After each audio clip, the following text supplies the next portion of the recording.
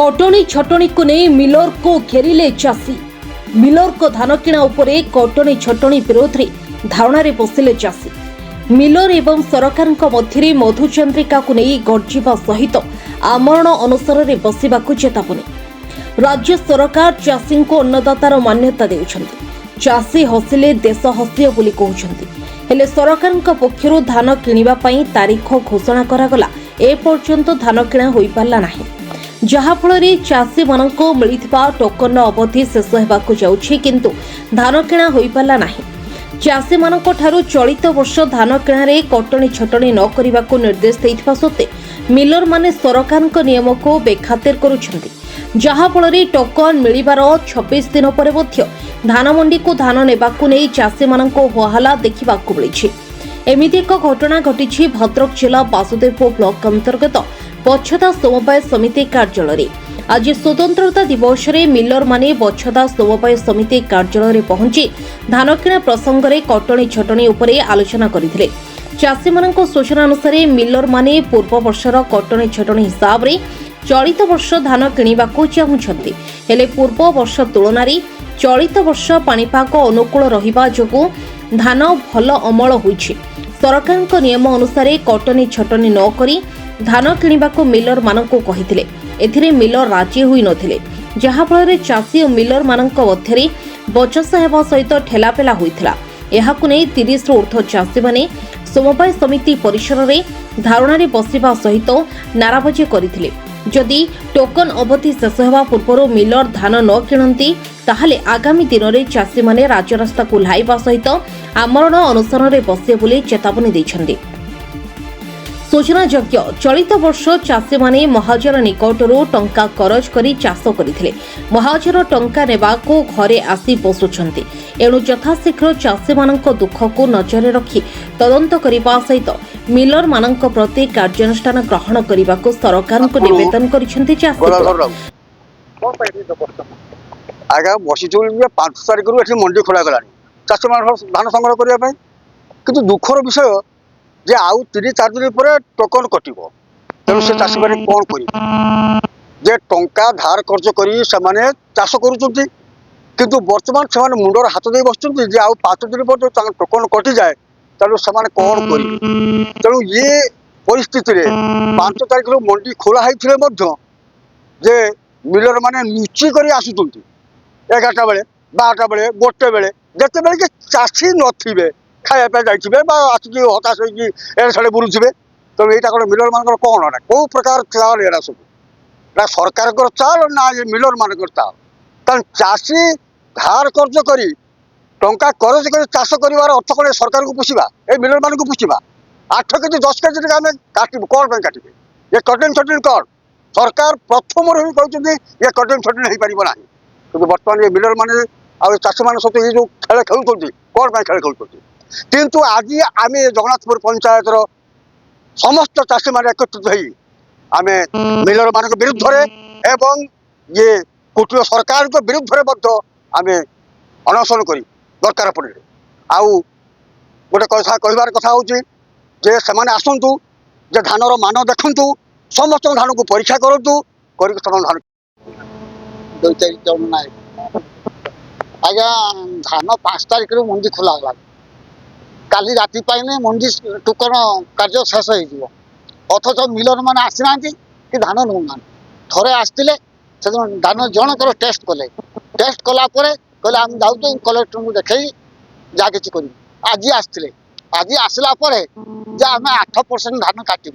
आम कौन कहीं आम धान एथर भल हो गोटे खराब ना तेणु आप व्यवस्था बंद करूँ ना ना ता ना हेनी ताले सरकार एने कहते धान कटिनी करा आम चाषी बर्तमान रासायनिक सार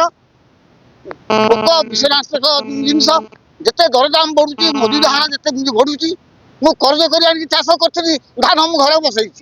कौन कर बर्तमान आपण मैंने कहले धान कटिंग हेनी अथच मिलर आसिक कौच मु कटिंग ना धान नेबी दायी किए आम मरु आपण मैंने बाट मारना जे चाषी मरु या तो आप विचार आज आसुँच कौन करने पलि गले फाइनाल किसी कले कौन पाई एटा कि सब प्रशासन चाहि गोटे प्रहसन चलती चाषी मान को नहीं मिलर किसी फाइनाल कले कहले 8% धान काटबू कि कहीं 8% ऊपर धान काटबू कौन पाई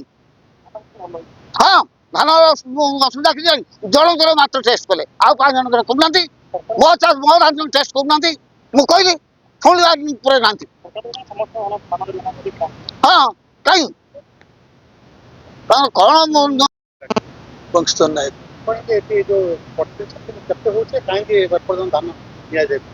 एपर्यंत एक तो हूँ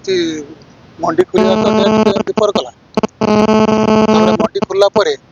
से आसिले ना गत मंगलवार दिन से आसते गत मंगलवार आसिक से नहीं गले धान नहीं जाकि से कहले आम जाऊँ कौन कथा कहतु कहीं जानचु कटनी छटी से कर तो पचारू कौन कहतु ना आम नहीं जाऊ गलु एटा कलेक्टर को देखू कलेक्टर देखू कहूँ डिसाइड कर अच्छा केते परसेंट कर कौन कर आम अपेक्षा कर रही से आज आज आसिक जे हूँ 8 गत वर्ष होता 8.5 तार धान मान गत वर्ष खराब था ए वर्ष धान मान खराब ना किंतु आमे जिते रिक्वेस्ट कलु गत वर्ष जो धान खराब था तेणु ए वर्ष धान खराब भल हो ना ना से कथा नुहे से आप जहाँ थी से करूँ मैंने चाषी मैंने चाषी भी थे से ना ना से करूँ चाषी मैंने बहुत परिश्रम करके मजूरी भी बहुत बढ़ीगला आउ तेणु मजूरी देके आम चाष कर धान आम ठीक भाव कर चाष औषध ये सार औषध पकईचु तेणु से करूँ से नाराज नाराज हो गला कहले आपण मैंने जहाँ कर कहूँ आम हूँ जाऊँ एक से बाहर पलैले पलैगले से 8 पूरे 8 उपर आम 8 तक रही चाहूँ सब चाषी मत से ना जनक रही जनक रही सेमती गोटे आम कौन करूँ कि हूँ से जहाँ कहती जे आपंकर एनालाइज करूँ आम आरएमएस वाला डाकबू ये करूँ से करूँ देना तेणु से सापेक्ष तेणु समय सापेक्ष हेल्ले चाषी धान आनी ये पड़ी 8 दिन है धान पड़ी तेणु से धान पड़ी पड़ा मैंने ये बुझ मैंने धान अवस्था जब वर्षा होगा ताने तेणु आम से चाषी सुविधा तुम सेमती गोटे करनी जो मान प्रत्येक दिन मान ये कर ना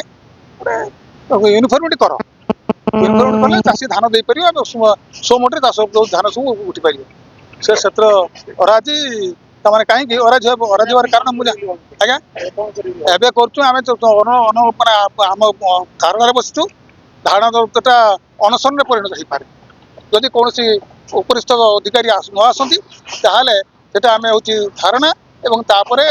अनशन पर्यटन कथा जाए प्रकाश चंद्र राउत आज भी दीर्घ 26 दिन है लोकंर टोकन लेफ्ट साइड से बस मिलर मान देखा नहीं आज हठात ना मिलर पहुँचले पहुँचिकी कहते आम 9% 10% इच्छा आम कटिन कि सरकार नियम जे कटिन छटिन हबार ना कि आम सब प्रेसिडेंट थे आम सब आलोचना करेंगे आम 8% कहबी से टोटाल राजी है ना पड़े गले तेणु काली पूरा टोटाल जगन्नाथ पंचायत चाषी मान डक नागरा डेट गले तेणु काली आम अनशन बसू तापर जी सब कलेक्टर आम भी मेसेज दे देसी तेणु देखा कौन हो मोना सुदर्शन पात्र ना एपर्यंत मंडी आमर 5 तारिख जनवरी 5 रु खोल आज जनवरी मास शेष होगा बसला ये पर्यंत धान उठी पारना आम चाषी धान दे पारना मिलर आज आसी छुट्टी दिन रे आज आसी 26 दिन पर आमर टोकन कटिज 3 तारिख रे आम केमी धान देबू हाँ मिलर आसी से कटिन छटिन कहते गत वर्ष जहाँ कटिन होता से अनुसार आम दबा कहते बाध्य कर